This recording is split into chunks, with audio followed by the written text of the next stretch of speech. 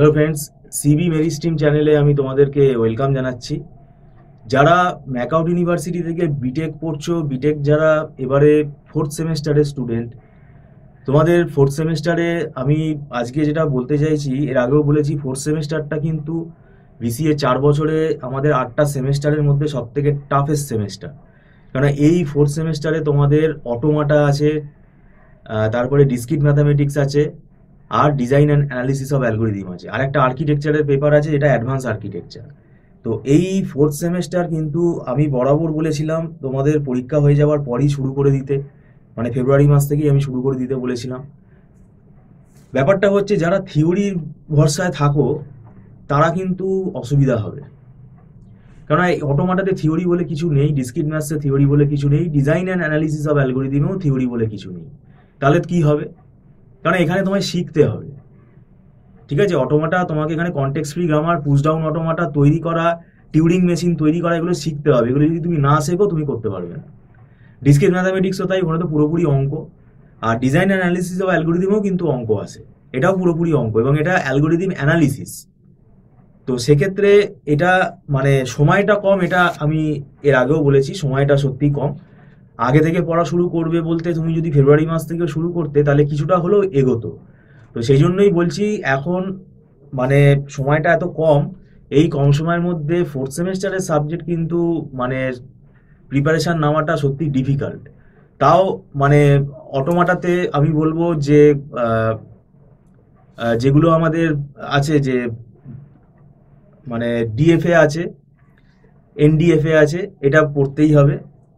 নন deterministic finite অটোমাটা, deterministic finite অটোমাটা, মুর machine, মিলি machine, এই কনভার্সানগুলো আসে, minimisation আসে, তারপরে রেগুলার এক্সপ্রেশনগুলো আসে। রেগুলার এক্সপ্রেশন থেকে স্টেট ট্রানজিশন ডায়াগ্রাম তৈরি করা, বা স্টেট ট্রানজিশন ডায়াগ্রাম থেকে রেগুলার এক্সপ্রেশন তৈরি করা। তারপরে context free grammar, context free grammar থেকে ফাইনাইট অটোমাটা, ফাইনাইট অটোমাটা থেকে কনটেক্সট ফ্রি গ্রামার, এরকম কিন্তু অনেক রকমের মানে ম্যাথামেটিক্যাল কোয়েশ্চেনগুলো আসে। তারপর পাম্পিং লেমা বলে একটা আছে টপিক, পাম্পিং লেমা। তারপরে push down অটোমাটা।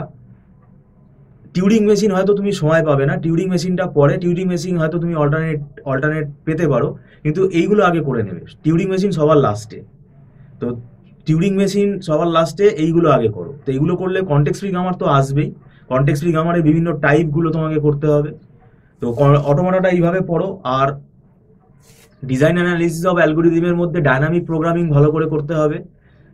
Dynamic programming, greedy algorithm যেগুলো আছে, গ্রিডি অ্যালগোরিদমের মধ্যে আবার অনেকগুলো ভাগ আছে, সেগুলো ভালো করে করতে হবে।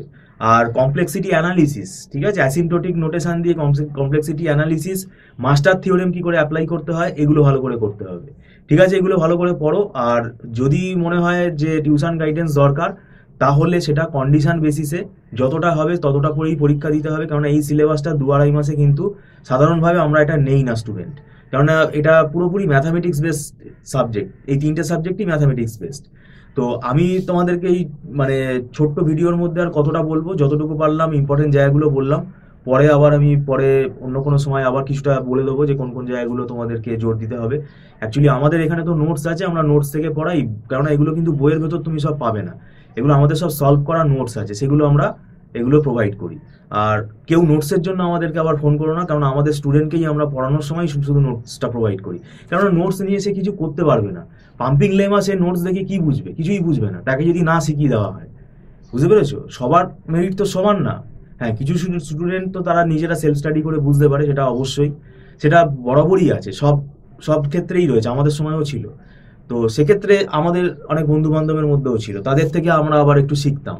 তো সেটা কোনো ব্যাপার না, কিন্তু ব্যাপারটা হচ্ছে এখন যেটুকু সময় আছে এটুকু সময় ভালোভাবে কাজে লাগাও। নিজে নিজে যদি বুঝতে পারো অটোমাটা, ভালো। আর যদি মনে হয় কোনো প্রফেশনাল গাইডেন্সের দরকার, তাহলে এটা আমরা কখনোই বলবো না যে আমাদের কাছেই চলে আসো। তোমাদের কোনো জানা পরিচিত কোনো টিচারের তোমরা হেল্প নাও, কেননা এই সেমেস্টারটা টিচারের হেল্প নিলে আমি বলবো তোমাদের লাভই হবে। তো যাই হোক, ভিডিওটা সম্পূর্ণ দেখার জন্য থ্যাংক ইউ সো মাচ।